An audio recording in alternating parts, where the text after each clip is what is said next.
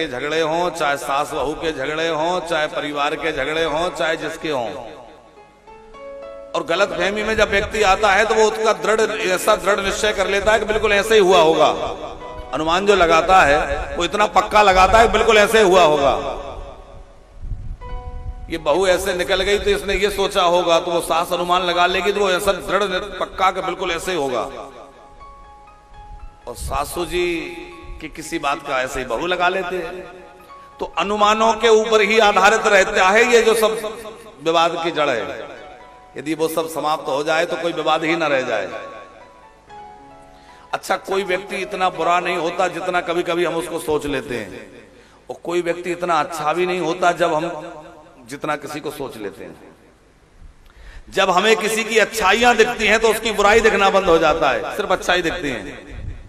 और जब हमें उसकी बुराई दिखना प्रारंभ होता है तो उसकी अच्छाई दिखना बंद हो जाती है। पर ऐसा नहीं है कि उसमें अच्छाई नहीं थी, पहले भी अच्छाइयां थी या बुराइयां थी, लेकिन हमारी दृष्टि जैसी हो जाए। आज घर घर में कलह मची है, चाहे पति पत्नी हो, चाहे सास बहू हो, चाहे परिवार हो।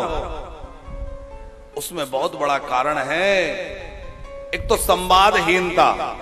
अनुमान से सब काम चल रहा है, संवाद करने के लिए समय नहीं है। आज पति पत्नी में भी बहुत कम चर्चा होती है, क्योंकि सब अपने अपने काम में व्यस्त हैं, और थोड़ा बहुत समय मिलता है तो वो कलयुग का यंत्र उसको खा जाता है। कौन सा कलयुग का यंत्र है? Mobile phone. एक संत कह रहे थे, बोले उस आदमी को ढूंढो जो कहता था कि मोबाइल आएगा तो टाइम बचेगा। टाइम बचा नहीं है, सारा टाइम मोबाइल खा गया।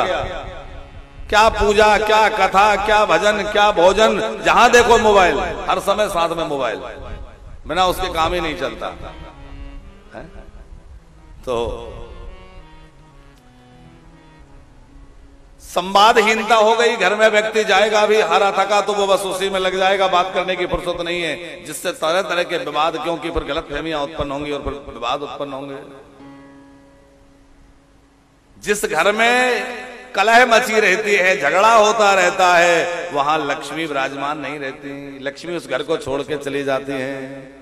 इसलिए भैया, चाहे जैसे बने, अपने घर में शांति की स्थापना कीजिए।